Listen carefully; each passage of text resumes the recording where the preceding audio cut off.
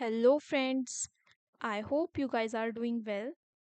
And first of all, I want to congratulate all those students who cleared their Army Institute of Law entrance test 2024 and got selected in AIL Mohali. So, many congratulations to those. Also, for those students who want to prepare for AIL LET 2025, we are starting these sessions in which we will discuss the current affairs daily and I will do my best so that I can provide you such sessions every day and cover the current affairs as well. So, we all know and we have seen that in AIL 2024, so many current affairs were asked, and students were saying that exam was a little bit tough.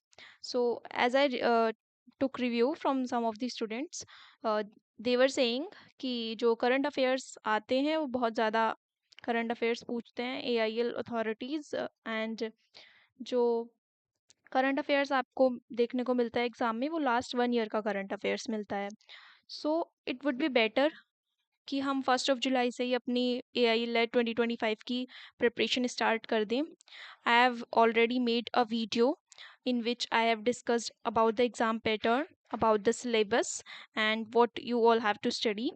So you can watch that video. I will provide the link in description box.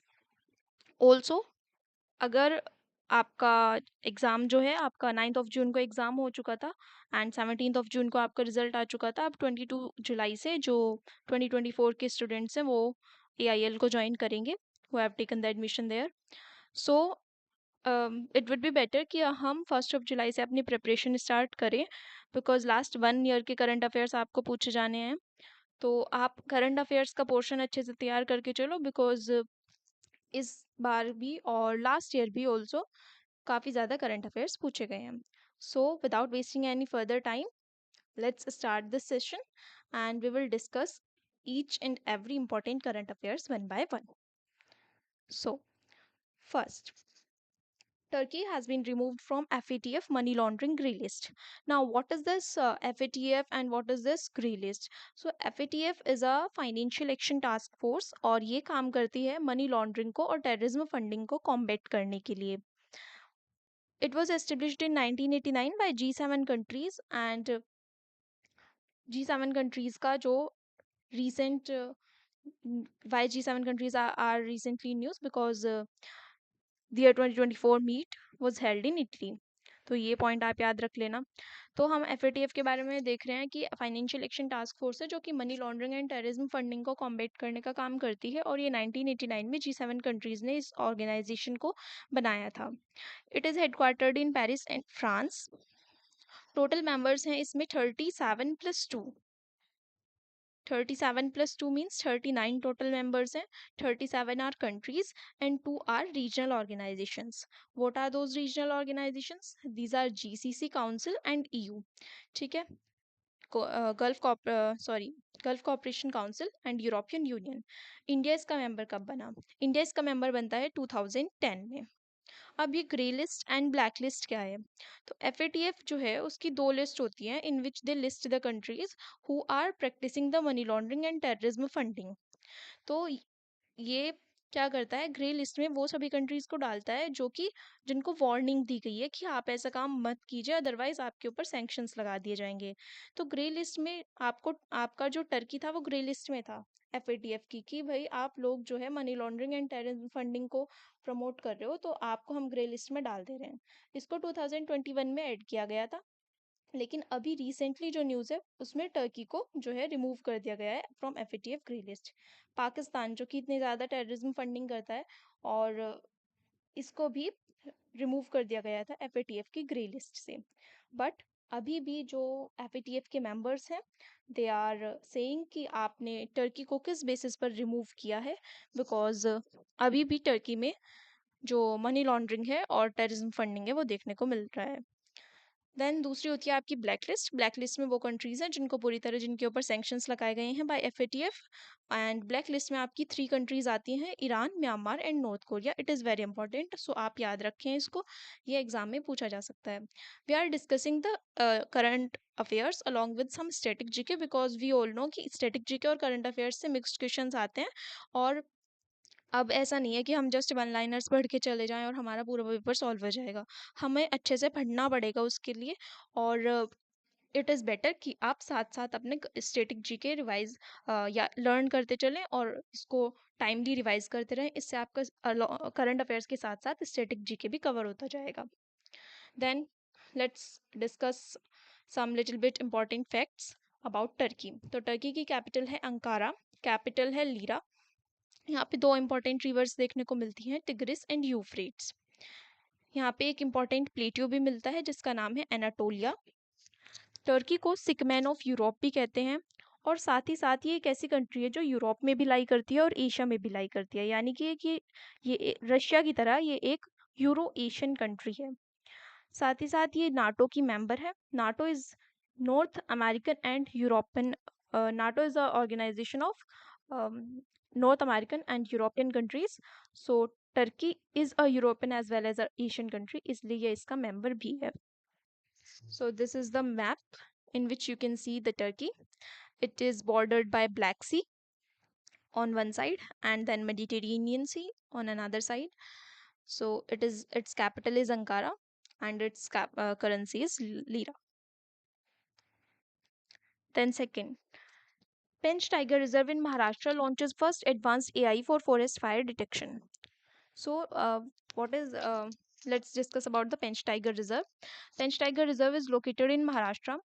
इसको tiger reserve बनाया गया था 1973 project tiger के under, ठीक है। और tiger reserve को approval कौन देता है? तो अप्रूवल देती है आपकी NTCA। NTCA is national tiger conservation authority. Pench tiger reserve properly Maharashtra में लाई नहीं करता है, ये थोड़ा इसका कुछ पार्ट महाराष्ट्र में लाई करता है, कुछ पार्ट MP में लाई करता है। यहाँ पे कुछ टाइम पहले डार्क सफारी भी स्टार्ट की गई थी। उसके बाद यहाँ पे बहुत ज़्यादा ड्राइनेस होती है। ड्राइनेस क्यों यहाँ पे ड्राइनेस इज क्योंकि यहाँ पे फॉरेस्ट देखने को मिलता है, जिसकी वजह से यहाँ पर फॉरेस्ट फायर के जो चांसेस हैं वो बढ़ जाते हैं। So now the authorities of Peach Tiger Reserve in Maharashtra have launched this particular system or AI powered platform which is known as Pantera. It will detect the forest fire there and also it can differentiate between cloud and the fire smoke. Then ये जो device है पेंटेरा, इसको install कहाँ पर किया जाएगा? इसको install किया जाएगा सतपुरा हिल्स के ऊपर इन मध्य प्रदेश। और मैंने जैसा कि बताया आपको, यहाँ पे डेसिडुअस टाइप के फॉरेस्ट देखने को मिलते हैं जिसके कारण यहाँ पे फॉरेस्ट फायर के चांसेस बढ़ जाते हैं। Then some other important points are कि नेशनल टाइगर डे आप कब बनाते हो? 29 जुलाई को बनाते हो। देन रिसेंटली अभी कैबिनेट मिनिस्टर्स जो हैं वो अपॉइंट हुए हैं जून में after the 18th Lok Sabha election. So it is important कि हम सभी मिनिस्टर्स के नेम याद रखें। एनवायरमेंट मिनिस्ट्री वापस से भूपेंद्र यादव को ही मिली है, so learn his name. Then total tiger reserves India में कितने हैं? तो 54 टाइगर रिजर्व्स इंडिया में है, जिसमें कि लेटेस्ट जो है वो दुर्गावती नेशनल पार्क है। अब कुछ इंपॉर्टेंट AI रिलेटेड पर्सनस के नाम याद कर लेते हैं। जो AI टीचर है, अभी ये लॉन्च की गई थी केरला में, इसका नाम है आइरिस। AI स्कूल भी अभी केरला में लॉन्च हुआ था। AI सिटी बनाया जाएगा लखनऊ को। And AI software engineer Devika को भी कुछ टाइम पहले लॉन्च किया गया था। So these are the AI related things which are in news recently. Then let's discuss the next one. So ISRO announces two-phase launch for Chandrayaan 4 with in-space assembly. तो अभी recently ISRO ने announce किया है कि हम Chandrayaan 4 2 फेजेस में launch करेंगे। 2 phases में लॉन्च करने का क्या मतलब है कि हम Chandrayaan 3 को लॉन्च तो अर्थ से करेंगे, लेकिन जो ये असेंबल है, ठीक है, जो भी इसके पार्ट्स हैं वो असेंबल स्पेस में जाकर होंगे। अब ऐसा क्यों किया जा रहा है कि इसके सभी पार्ट्स स्पेस में जाकर असेंबल होंगे? ऐसा इसलिए किया जा रहा है बिकॉज इसका वेट बहुत ज़्यादा है। It would be around 4000 ton as ISRO said. तो इसरो का कहना है कि हम 2028 तक चंद्रयान 4 को लॉन्च कर देंगे और हम LVM-3 मार्क 4 रॉकेट ही यूज़ करेंगे जो कि हमने चंद्रयान 3 में यूज़ किया था। लेकिन हम इसको अर्थ से लॉन्च तो करेंगे, बट ये असेंबल स्पेस में जाकर होएगा। उसके बाद और इनका क्या कहना है, ये कह रहे हैं कि हम इंडियन स्पेस स्टेशन भी बना देंगे 2035 तक। साथ ही साथ ये कह रहे हैं कि हम 2040 तक जो ह्यूमंस हैं उनको भी मून पर भेजेंगे। तो ये सब जो है ये बातें इसरो ने कही हैं और इन्होंने कहा है that we will launch the Chandrayaan 4. Let's discuss about Chandrayaan missions of ISRO and India. So India, after Chandrayaan 3 mission, became the first country to reach on moon's south pole. When was Chandrayaan first launched? Chandrayaan first आपका launch हुआ था 2008 में. Then Chandrayaan 2 आपका launch हुआ था 2019 में. And then recently Chandrayaan 3 आपका launch हुआ था 14th of July 2023 को ये लॉन्च हुआ था. 24th अगस्त 2023 को ये वहाँ पर लैंड किया था मून के साउथ पोल पर. और उस पॉइंट को नाम दे दिया गया है शिव शक्ति पॉइंट. किस लैंडर का यूज़ हुआ था? विक्रम लैंडर का यूज़ हुआ था एंड प्रज्ञान रोवर का यूज़ हुआ था. ISRO, let's discuss about ISRO.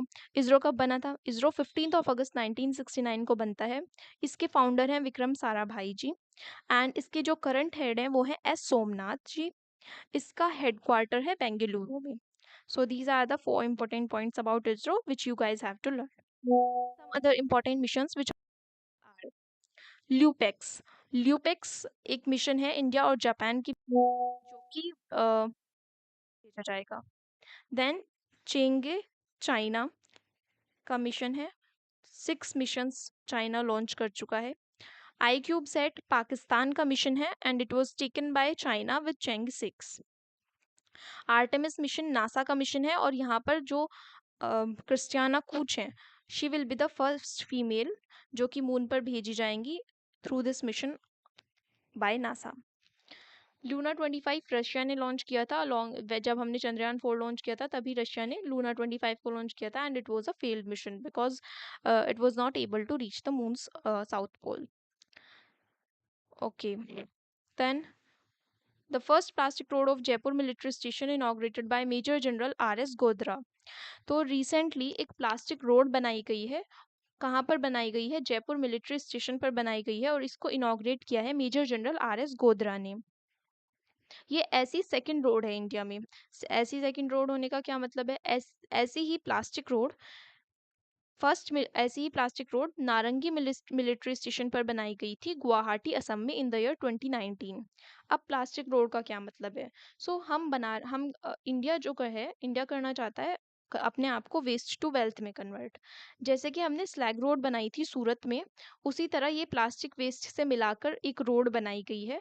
और ऐसी पहली रोड नारंगी मिलिट्री स्टेशन गुवाहाटी असम में बनी थी और सेकंड जयपुर मिलिट्री स्टेशन पर बनी है. ऐसा करने से क्या होगा? ऐसा करने से जो आपका कार्बन एमिशन है वो कम हो जाएगा बाय 50%. ऐसा क्यों होगा? बिकॉज जो रोड्स को बनाने में कोल यूज़ किया जाता है उसकी वजह से बहुत ज़्यादा कार्बन एमिशन होता है and to reduce that emission we are making such plastic and slag roads under the initiative of waste to wealth. Then recent um, news are कि जो जनरल उपेंद्र द्विवेदी हैं, he has been taken the charge as 30th chief of army staff. New point. तो मनोज नरवाणे जी अब नहीं है, उपेंद्र द्विवेदी हैं. And then Lieutenant General N.S. Raja Subramani has succeeded General Dwivedi as the new Vice Chief of Army Staff. So remember these 2 points: Chief of Army Staff General Upendra Dwivedi and Vice Chief of Army Staff General N.S. Raja Subramani. Then अभी एक recent news है कि जो लद्दाख में शोक river है वहाँ पर अभी T-72 टैंक जो है उसकी ड्रिलिंग एक्सरसाइज हो रही थी. T-72 टैंक हमने रशिया से मंगाया है, इंडिया ने रशिया से लिया है और इसकी ड्रिलिंग एक्सरसाइज शोक रिवर के किनारे लद्दाख में चल रही थी. इस दौरान जो 5 सोल्जर्स हैं, 5 Indian army soldiers has been sacrificed their life there because of the overflow in Shyok river. ठीक है, because of we can say because of the rising waters of Shyok river. So this is just to inform you about this particular incident. There is no need to go in too much depth of this news, बस मैंने आपको बताने के लिए इस news को यहाँ पर ऐड किया है. So you can read here that 5 soldiers who were junior commissioned officers were killed during a tank exercise on Friday night in eastern Ladakh after the Russian origin T-72 tank was swept away by the raging waters of Shok River near Sasir Brangsa, officials aware of the matter said on Saturday. So, now what could be the important things that we can learn from here? तो जो ये soldiers थे ये belong करते थे 52 armoured regiment को, जो कि डिप्लॉय किया गया है दौलत बेग ओल्डी पर. अब दौलत बेग ओल्डी क्या है? तो दौलत बेग ओल्डी इंडिया का नॉर्दर्न मोस्ट मिलिट्री बेस है, और ये इंडिया का हाईएस्ट मिलिट्री बेस है इंडियन फोर्सेस का. यहाँ पे आपको Indian army and Indian air force दोनों डिप्लॉय की जाती है. तो दौलत बेग ओल्डी जो कि इंडिया लद्दाख के नॉर्दर्न लद्दाख में लोकेटेड है, ये काराकोरम रेंज पर लाई करता है और इसकी हाइट है 16,700 फीट. ये इंडिया का हाईएस्ट मिलिट्री बेस है और ये एलएसी के पास लाई करता है. ठीक है, यहाँ पे है आपकी शोक रिवर, और शोक रिवर की जो है वो 2 हेड स्ट्रीम से बनती है. जैसे गंगा आपकी अलकनंदा एंड भागीरथी से मिलकर बनती है, ऐसे ही शोक रिवर आपकी चिपचैप एंड बोधी रिवर से मिलकर बनती है. तो ये दोनों रिवर मिलकर शोक रिवर आपकी बनाती है.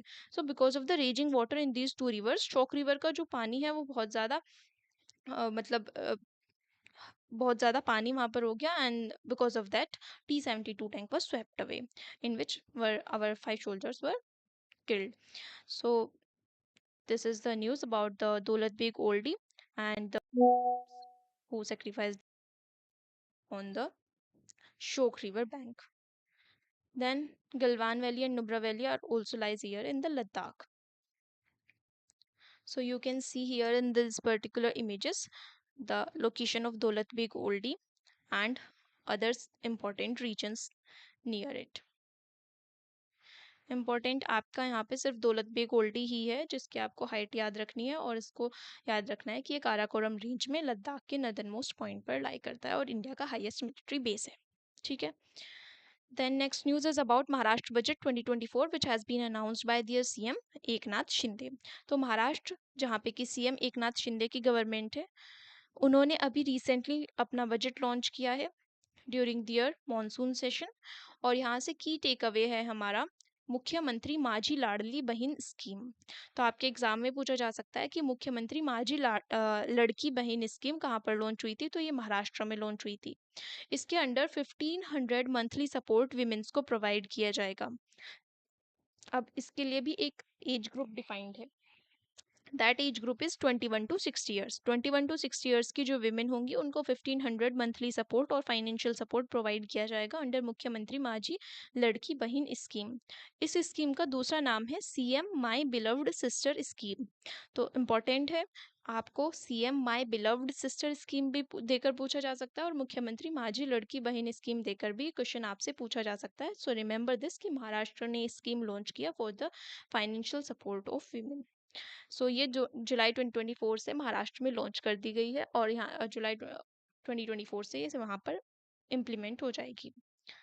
Then let's discuss some important facts about Maharashtra जो आपके एग्जाम में पूछे जा सकते हैं. So Maharashtra is famous for वर्ल्डली paintings. It is famous for Tamasha and Lavani dance forms. अभी रिसेंटली लोकसभा इलेक्शंस हुए हैं, सो यू कैन रिमेंबर कि यहाँ पर विधानसभा सीट्स 288 है, बट ऐसा कोई इंपॉर्टेंट नहीं है, आप इसको स्किप भी कर सकते हो. देन महाराष्ट्र में आपको इसकी एक कैपिटल बहुत इंपॉर्टेंट है, ये याद रखनी है. और सबसे कैपिटल याद रखने से ज़्यादा इंपॉर्टेंट है आपको याद रखना है कि ये सेलसिटे आइलैंड के ऊपर लोकेटेड है ऑन उल्हास रिवर. यहाँ पर CM है एकनाथ शिंदे जी. डिप्यूटी CM है यहाँ पर अजीत पवार जी. एंड यहाँ पर जो इम्पोर्टेंट ब्रिज अभी इनॉग्रेट हुआ वो था Atal Setu. For other schemes जो अदर स्टेट्स में लॉन्च हुई हैं similar to this particular scheme is Ladli Behna Yojana जो कि MP ने लॉन्च की थी. इसके अलावा लाखी योजना महाराष्ट्र में लॉन्च की गई थी. उसके अलावा लखपति दीदी योजना आपकी लॉन्च हुई थी PM मोदी के बर्थडे पर 17 सितंबर 2023 को, जिसके under 1 lakh per year financial support provide किया जाता है by the national central government to the womens. Then Ujjwala Yojana जो कि 2016 में लॉन्च की गई थी for providing LPG subsidy. Then school and box scheme आई है असम में for the children's. And Mukhyamantri Nijut Moina Yojana आई है for providing the financial support to the girl child in Assam only. तो असम से दो इंपॉर्टेंट स्कीम है, school in box and Mukhyamantri Nijut Moina Yojana. School in box children's के लिए है, मुख्यमंत्री निजुत मोइना योजना गर्ल चाइल्ड के लिए है। महाराष्ट्र से याद रखनी है आपको मुख्यमंत्री माझी लड़की बहन स्कीम। एमपी से याद रखनी है लाडली बहना योजना। और उज्ज्वला योजना याद रखनी है जिसके अंडर एलपीजी सब्सिडी प्रोवाइड की जाती है, और ये 2016 में लॉन्च हुई थी। ठीक है, और यहाँ पे इम्पॉर्टेंट फैक्ट्स में से महाराष्ट्र के आपको रखनी है कैपिटल याद, जो कि मुंबई है। फाइनेंशियल कैपिटल ऑफ इंडिया भी कहते हैं मुंबई को। ये सेलसिटी आइलैंड के ऊपर लोकेटेड है on Ulhas river, on the bank of Ulhas river. यहाँ पर सीएम है एकनाथ शिंदे, डिप्यूटी सीएम है Ajit Pawar ji. Then next news is about T20 World Cup 2024, and as you all people know that India won against South Africa by 7 runs. India ने बनाए थे 176 runs और South Africa ने बनाए 169 runs. So India South Africa के against जीत चुका है। Final match आपका इंडिया और साउथ अफ्रीका के बीच बारबाडोस में हुआ था। Now let's discuss about T20 World Cup history. First edition T20 World Cup का 2007 में हुआ था, where India won the match. And 2020, and at that point of time MS Dhoni was the captain of Team India. This year in 2024 India won against South Africa by 7 runs, and this year जो हमारे captain थे वो थे Rohit Sharma ji. Coach थे हमारे Rahul Dravid, team India के captain थे रोहित शर्मा और कोच थे राहुल द्रविड़। ट्रॉफी जो है वो अवार्ड की है, तो trophy by head of ICC Greg Barclay. Then last जो एडिशन हुआ था T20 वर्ल्ड कप का वो 2022 में हुआ था, where England won the match. So 2020 first edition याद रखना 2007 में हुआ था, MS धोनी कैप्टन थे, इंडिया ने जीता था। लास्ट एडिशन याद रखना 2022 में हुआ था, इंग्लैंड ने जीता था। 2024 का याद रखना इंडिया और साउथ अफ्रीका के बीच हुआ था, इंडिया 7 रन से जीता है और इंडिया के कैप्टन थे रोहित शर्मा टीम इंडिया के, एंड कोच थे Rahul Dravid. Now important world cups that India won are. So सबसे पहले इंडिया ने आईसीसी वनडे वर्ल्ड कप जीता था, एंड हमारे कैप्टन थे Kapil Dev in the year 1983। Then in 2007 India ने T20 वर्ल्ड कप जीता, एंड हमारे कैप्टन थे MS Dhoni. Then in 2011, India won ICC One Day World Cup as well as T20 World Cup, and in both the cases, sorry, in 2011, India won ICC One Day World Cup, and the captain was MS Dhoni. Then in 2024, हमने T20 World Cup वापस से जीता है, and captain was Rohit Sharma. Sorry, I am mistaken here.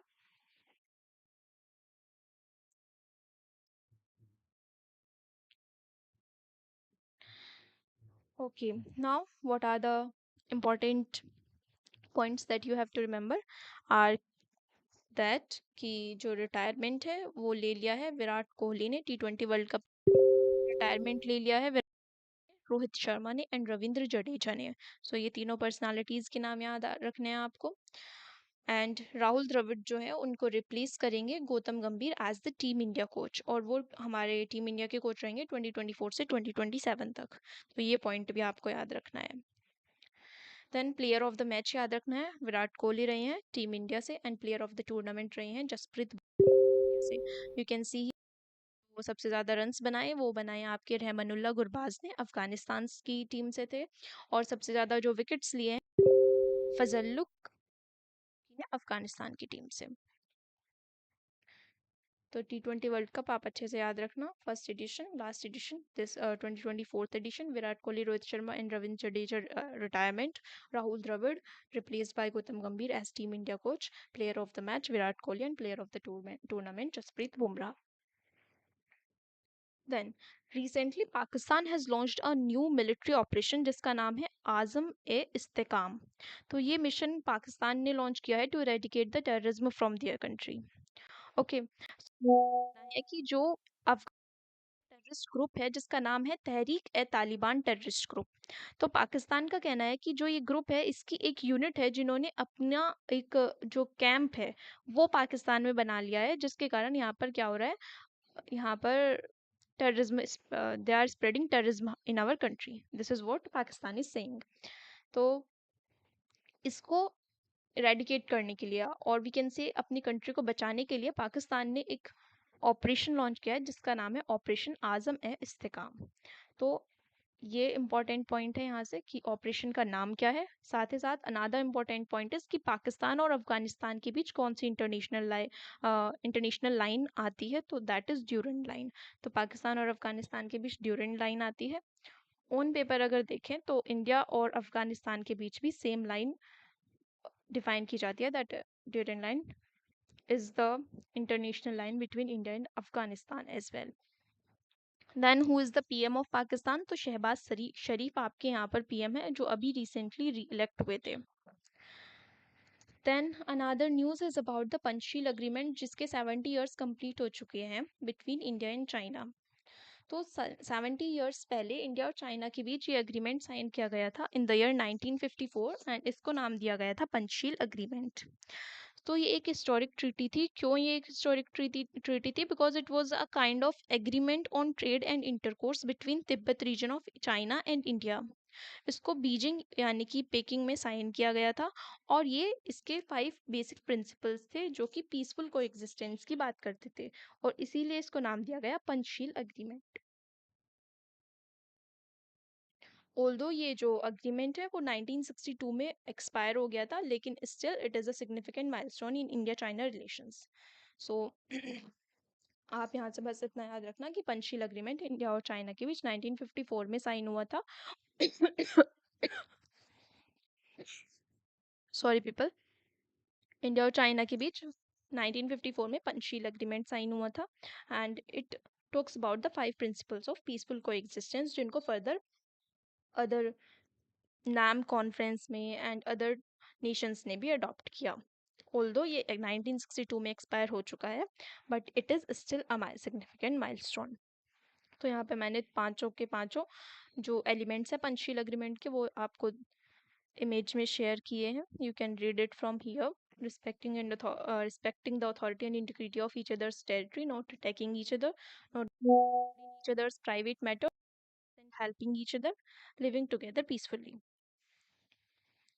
Then जो ये 5 basic principles थे Panchsheel agreement के, इनको 1955 की बांदूंग कॉन्फ्रेंस जो कि इंडोनेशिया में हुई थी वहाँ पर इनको काफ़ी ज़्यादा वेटेज दिया गया और वी कैन से वहाँ पर इनको इम्प्लीमेंट किया गया and it was a ground work for NAM conference of India जिसको for NAM conference as well जिसको स्टार्ट किया था Nehru and Nasser, PM Nasser of Egypt. तो ये दोनों कुछ इम्पोर्टेंट लीडर्स यहाँ पर आ जाते हैं नैम मूवमेंट के अंदर जो कि जिनका कहना था कि हम किसी भी साइड को सपोर्ट नहीं करेंगे इन वर्ल्ड वॉर। तो उन सभी कंट्रीज़ ने मिलकर नॉन अलाइंड मूवमेंट बनाया था जिसकी मीटिंग आज भी होती है। 2023 में इसकी मीट युगांडा में हुई थी। तो वहाँ पर भी इन 5 प्रिंसिपल्स ने जो है अपना ग्राउंड वर्क और वी कैन से अपना रोल प्ले किया। Then next news is about UP's Lakhimpur Kheri district. तो जो हमारे यूपी के CM है योगी आदित्यनाथ जी, उनका कहना है कि हम लोग यूपी में बायोप्लास्टिक पार्क बनाने जा रहे हैं यूपी में भी लखीमपुर खेड़ी डिस्ट्रिक्ट में, और इसमें हम इन्वेस्टमेंट करेंगे 2000 करोड़ का। वी ऑल नो कि जो यूपी की लखीमपुर खेड़ी डिस्ट्रिक्ट है वहाँ पर आपका दुधवा नेशनल पार्क लाई करता है जो कि यूपी का एक इम्पॉर्टेंट नेशनल पार्क है। इन टोटल यूपी में 5 नेशनल पार्क्स हैं और वी कैन से 5 टाइगर रिजर्व्स हैं। तो अब ये बायोप्लास्टिक पार्क क्या होगा? तो ये बायोप्लास्टिक पार्क ऐसा होगा कि यहाँ पर जो भी सिंगल यूज़ प्लास्टिक होती है जो हम आजकल यूज़ करते हैं उसको पूरी तरीके से बैन कर दिया जाएगा और यहाँ पर उसको लेके जाना बिल्कुल भी अलाउ नहीं होगा ताकि air pollution and water pollution को कंट्रोल किया जा सके। तो इसमें बस की पॉइंट यही है कि जो बायोप्लास्टिक पार्क है वो यूपी में लखीमपुर खेड़ी डिस्ट्रिक्ट में बनाया जाएगा और इसको डेवलप किया जाएगा by Uttar Pradesh expressways industrial development authority in Kumbhi village of UP. तो आप जस्ट याद रखो bioplastic park UP Lakhimpur Kheri district. Just इतना। देन यूपी के बारे में कुछ इंपॉर्टेंट फैक्ट्स जो आपको याद रखने हैं कि इसकी कैपिटल है लखनऊ। लखनऊ से बहुत बार क्वेश्चन पूछा जाता है कि लखनऊ किस रिवर के lies on the bank of which river, तो Lucknow lies on the bank of river Gomti. CM है यहाँ पर योगी आदित्यनाथ जी। गवर्नर है आनंदीबेन पटेल। लोकसभा सीट सबसे ज़्यादा यूपी के पास है because UP has maximum population, तो यूपी से लोकसभा सीट्स भी सबसे ज़्यादा हैं, 80 सीट्स हैं यूपी से। Classical dance dance form UP से है कथक। 6 क्लासिकल डांस फॉर्म्स हैं आपके, जिसमें से यूपी से है कथक। फोक सॉन्ग यहाँ पर होता है कजरी गीत। फोक डांस यहाँ पर देखने को मिलेगा नौटंकी and Raslila. And 5 tiger reserves यहाँ पर मिलेंगे, जिसमें से लेटेस्ट रिकमेंडेड है सुहेलवा टाइगर रिजर्व। अब मैं आपको ये जो पूरी स्टेटिक है वो साथ साथ इसलिए पढ़ा रही हूँ क्योंकि अगर आप इसको करंट अफेयर्स के साथ साथ पढ़ लोगे या फिर आप इसको रिलेट करके पढ़ोगे तो आप इजीली लर्न कर पाओगे। आप पूरा का पूरा स्टैटिक जीके एक बार में करने लगो तो वो आपके लिए थोड़ा टिपिकल होगा। तो इट इज़ बेटर कि आप करंट अफेयर्स के साथ साथ अपना स्टैटिक जीके कवर करते चले एंड देन बाद में अगर आप स्टैटिक जीके रिवाइज भी करोगे तो आपको ईजी लगेगा काफ़ी कि हाँ भाई मैंने ये सब चीज़ें पढ़ी हुई हैं या मैं ये सब चीज़ें डेली न्यूज़ में हैं तो इसलिए पढ़ रहा हूँ। तो अब मैं स्टैटिक जीके इजीली कवर कर सकता हूँ। ठीक है, तो आप इट वुड बी बेटर कि आप भी करंट अफेयर्स के साथ ही स्टैटिक जीके अपना कवर करते रहें। जो भी इम्पोर्टेंट स्टेट या फिर अदर ऑर्गेनाइजेशन न्यूज़ में आता है तो आप उसको साथ साथ कवर कर लो। ये नहीं कि सिर्फ वन लाइनर्स पढ़ा एंड स्टैटिक जीके अलग से पढ़ रहे हैं। ठीक है। Then next news is about the bank of Baroda. Bank of Baroda ने टेनिस प्लेयर सुमित नागल को अपना अपना ब्रांड एम्बेसडर बनाया है। तो पहले इनकी ब्रांड एम्बेसडर पीवी सिंधु रह चुकी हैं जो कि आपकी बैडमिंटन की प्लेयर हैं। अभी रिसेंटली इन्होंने सुमित नागल को अपना ब्रांड एम्बेसडर बनाया है। यहाँ से बस यही न्यूज़ है, आप इसका फाउंडेशन याद रख सकते हो। 1908 में हुआ था। बैंक ऑफ बड़ौदा है तो ये वडोदरा गुजरात में इसका हेडक्वार्टर है।